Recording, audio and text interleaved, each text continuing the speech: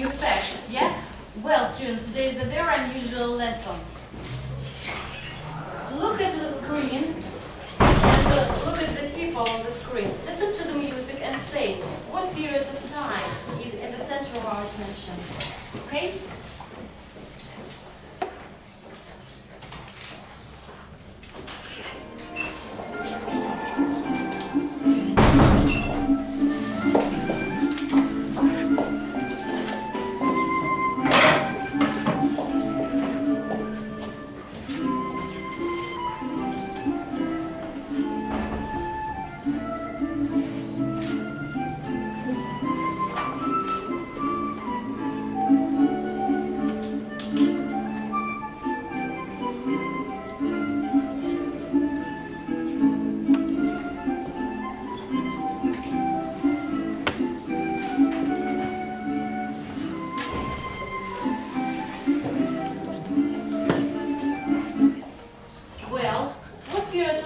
Are we going to talk about today? Dasha, what do you think?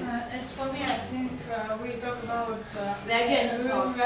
about 16th century and Henry VIII. And to be exact, Henry VIII. Yes, you are absolutely right.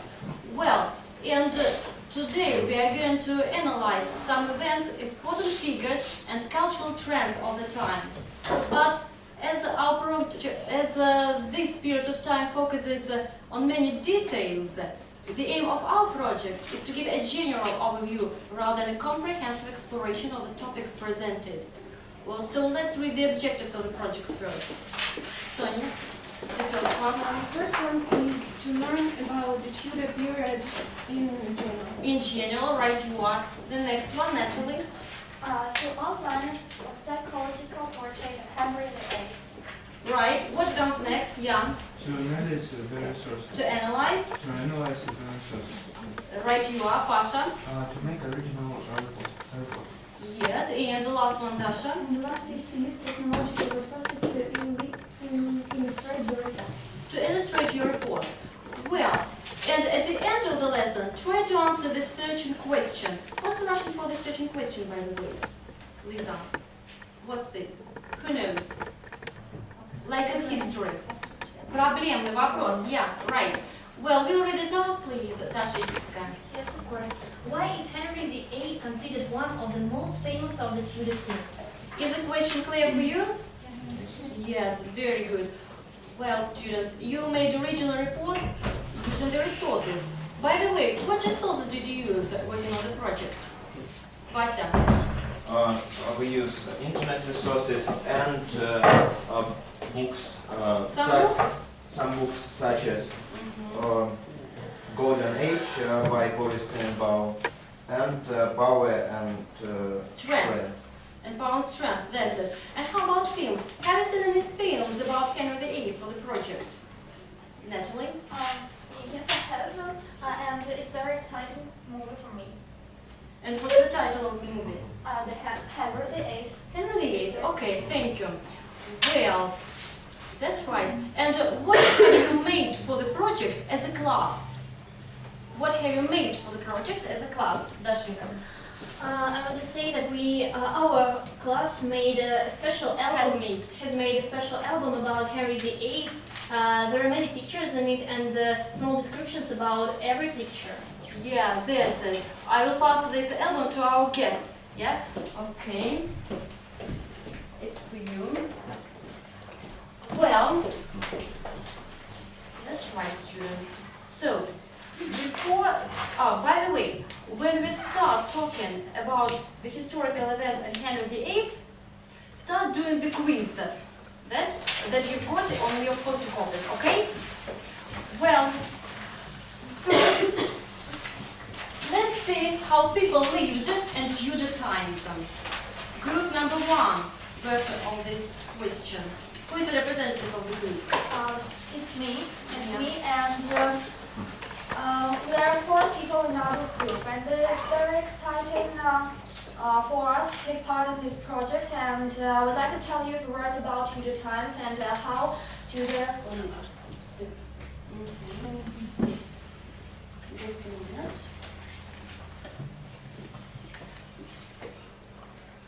So,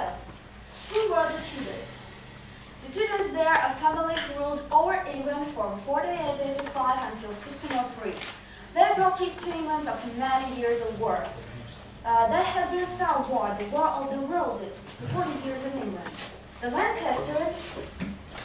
Lancasters had a white rose as a symbol, and the Yorks had a red. At the end of war, Henry Tudor married very nice women of the Yorks, and they put red and white rose together as a symbol of unity. It was one of the most exciting moments in British history. And the Tudors ruled over England, Wales, and part of Ireland. Another royal family, the Stuarts, ruled over Scotland, and there have been some dreadful wars, but for a while the Tudor brought peace. Thank you. Okay. We proceed. Yes, Jan, for you. What was happening in the world in Tudor times? Italy was the center of new interest in art and ideas. Some of the most talented people lived at this time. Printing press had just been invented, so which meant that a lot more people would have access to books. So it was a time of revolution. One of the greatest representatives of the time were Botticelli, famous artist, Michelangelo, another famous artist, Christopher Columbus. He sailed across the Atlantic and landed in Caribbean. Caribbean. Later, he went on to discover America and South America. Galileo, an Italian astronomer and physicist, he proved that the Earth and planets revolved around the Sun. William Shakespeare, possibly the greatest playwright and poet in English language. He wrote many poems and plays. Some are very sad, some are very funny. They were very popular in Tudor times and are equally as popular today 400 years later. Yeah, thank you. Okay. Who's the next?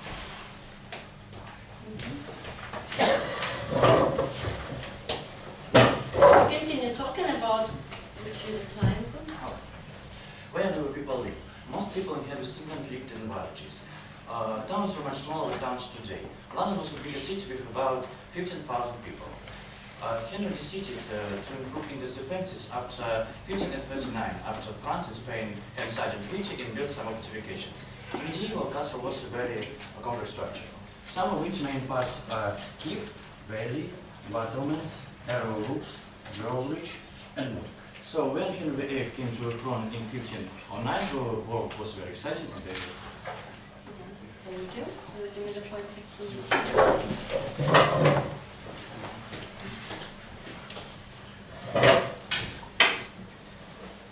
How is a Tudor dress?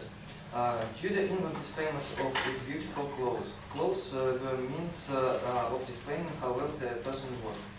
Rich people clothes afford clothing made of fine wool, linen, or silk. Their clothes are decorated with jewels and embroidered with gold thread.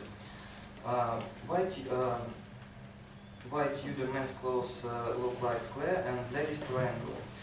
Women's clothes give a triangular shape and men's clothes give a square shape. Poor people wear simple loose-fitting clothes made from woolen wool. Clothes. Yeah, Pasha, thank you very much. Thank you. Now you know how people lived in Tudor times and what was like, what life was like in those times. Well, students, it was Henry VIII who was known on the one hand as a very powerful monarch and on the other hand as a contradictory person. And group number 2 is going to throw light on this question. Yes? Natalie is the representative of the group. Yeah, I'm the representative of our group, and we have made a family tree of Henry VIII and a presentation. And we would like to present you our project about personality of Henry VIII. The young Prince Henry is the second son of Henry VII and Elizabeth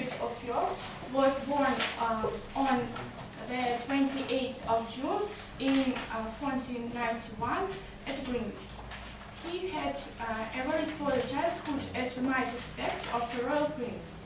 He had his own whipping boy, who was punished every time when Henry did something wrong. After his elder brother died, Henry became next in line to be king.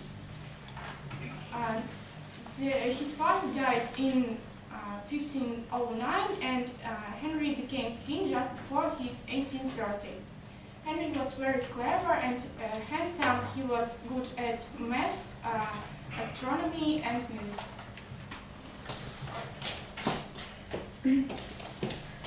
So, what did the king do? As king,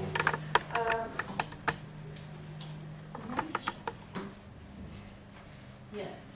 as king, Henry wanted to look rich and powerful. He built castles like the one at Deal, and places like Hampton Court, that you can see on the side. In 1520, he went to France to meet the French king. Both kings spent enormous sums of money on feasts and showing off. Henry liked horse riding, jousting, and archery. Rich and poor men in feudal times trained to be soldiers to fight for their king. Henry wore armor. Henry loved tournaments. He was fond of showing off in his armor. Henry was keen on music. He played lute and art. Henry liked to be outdoors, hunting and hawking. Also, he played tennis. Yeah, thank you.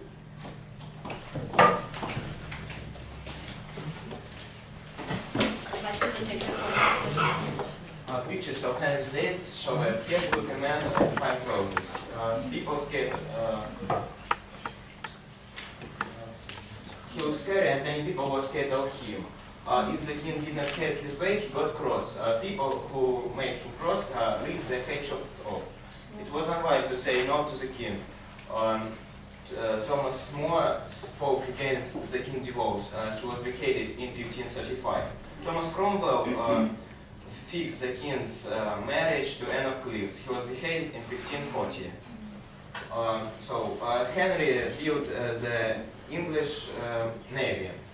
In order that the King of Scotland had the biggest ship, he built the Great Harry. The Great Harry could carry 700 men. The Mary Rose, one of the Henry's ship, was lifted in 1535. It was. It sank, and after that it was lifted, right? It was lifted in 1982. We can see Mary Rose in Portsmouth. Since found in the wreck show us how people lived in this time. Yeah, absolutely. Thank you, Vaisa. Well, as you see, it was Henry VIII that had enormous power. And it's not by chance that you can see these very words on his coat of arms. What's Russian for coat of arms? What's this? Gerb, yeah, exactly. Well, but these words are written in French. I know that some of you are learning French now, right? Who can read these words in French, students? Dasha, you're welcome. It's Dieu and droit. Yeah, or in English, In English, it's Dieu means God, God and my power.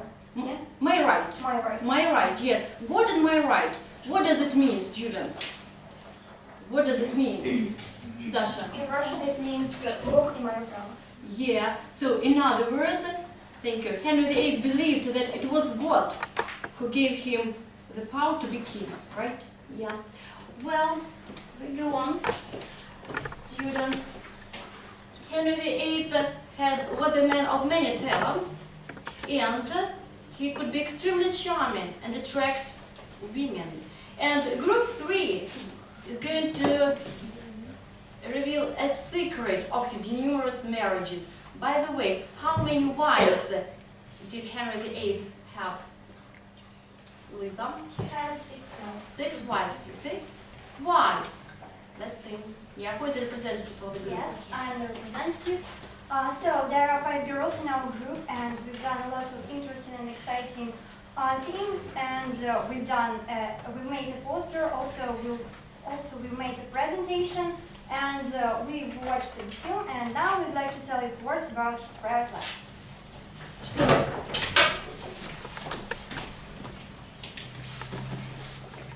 Let me tell you about early Henry's private life. Henry's first wife was Catherine of Aragon. She was a Spanish princess. It will be interesting to know that their marriage was about 20 years, and in 1511 Catherine had a baby, a son, but the baby died. Well, Catherine and Henry had a daughter, Mary, but no son. So, in 1533, Henry decided to divorce Catherine, and so he could marry someone else. Well, in this painting, Catherine throws herself at Henry's feet, appealing to his sense of honor not to go through with his plans.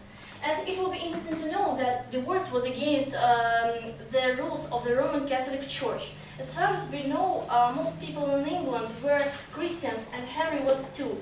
However, he broke the rules and he got this divorce. So he became, and he made himself head of the church in England.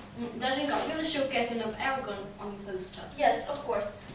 This is she, and as she was a Spanish princess, he was a Catalina de Aragon. Yeah. Thank you very much.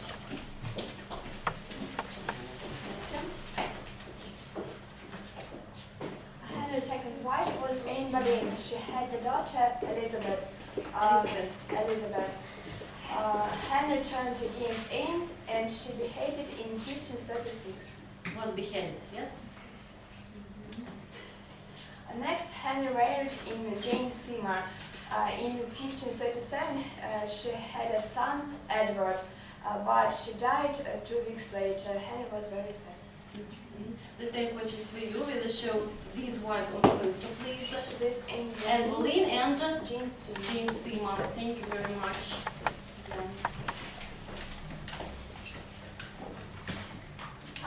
And now, his fourth wife was Anne of Cleves. Henry had never seen her until he came to England for the wedding.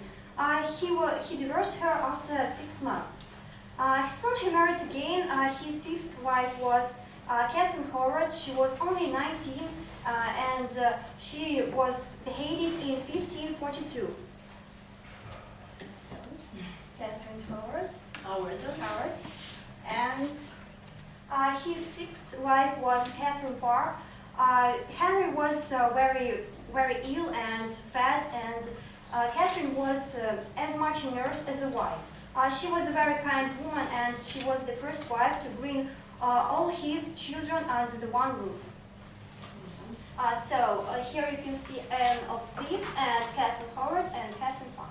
Catherine Howard. Catherine Yes, Howard. in English it's Howard. So why did Henry have so many wives? The usual answer was that he wanted a son to be his heir, but actually he had plenty of sons. Sadly, most of them died. So, but one survived, born to his third wife, Jane Seymour. Here we can see her. So why did he have another 3 wives after that? Although he had one son, children died easily in Tudor times, and he really needed a second one to make sure. Plus, maybe he just fell in love easily, and he was extremely spoiled and used to having whatever he wanted. He wouldn't let anything stand in his way. Exactly. I'd like to tell you a few words about Henry's children. Contrary to popular opinion, Henry actually had many children. Unfortunately, this was very almost in Tudor times, because most of them died when they were babies. Only 3 survived to be adults and succeed him as monarch of England. There are Mary Tudor, daughter of Catherine of Aragon, Elizabeth the First, daughter of Anne Boleyn, and Edward VI, son of Jane Seymour. That's That's okay. Well, students and guests,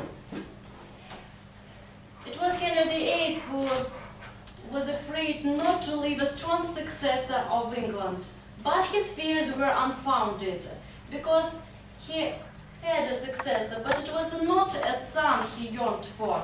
It was a strong red-haired girl, and who ruled over England for 45 years, and you know her name very well, don't you? Maybe it's Elizabeth I. Elizabeth I. And why do you know her name? Very well. Why? Because we made a project About Elizabeth and about the private life of Elizabeth. just about Elizabeth and England. And when was it? When was it? A year ago, 2 years ago. You don't remember because it was 5 years ago. 5 years ago. Yes, but you remember, yeah? Was it interesting, Dash? Yes, if I'm not mistaken, it was really interesting because we made some things. I don't remember, but it was the clothes, if I'm not mistaken. Yeah. So Using it was, Barbie dolls. Yeah, it was really interesting, I can say. Yeah. Okay, thank you. Well, students, and now you have discovered a lot of new facts about Henry VIII and Tudor times. And now let's come back to our searching question and read it again. Pasha.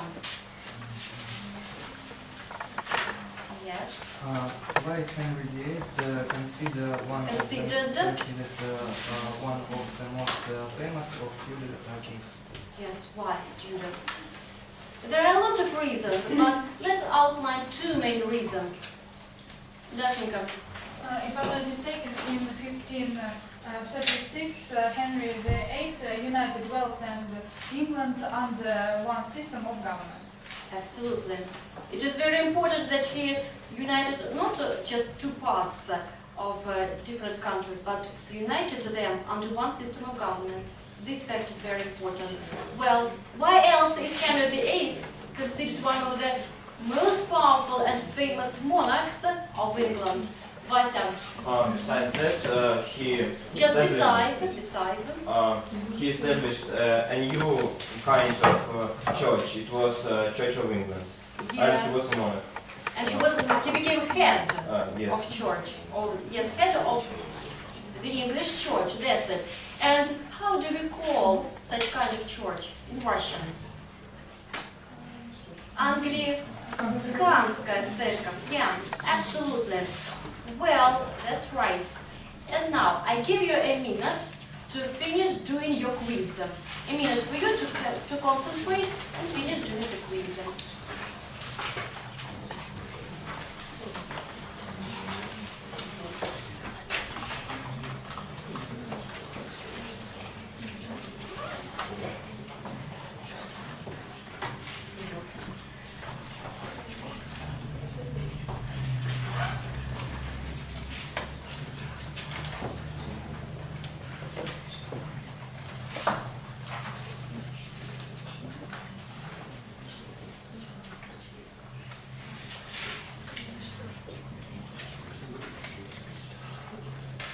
So, people, are you finishing? Yeah? Okay. Well, at the end of the lesson, you will hand in your papers, okay? I will check your quizzes and tell you marks tomorrow. Yes, not just now, but tomorrow. Well, during the lesson, you presented the material mainly by means of speaking, right? Yeah. Now let's see how well you are at presentational speaking. Take the photocopies, presentational speaking. Can you see them? Yeah. Very good. Look at the statements thoroughly and tick the things that you can do now after doing this project, okay? Well, I give you 2 minutes to complete the task, and after that, the representatives of the group will summarize all the information. Is the task clear for you? Yeah, 2 minutes for you then.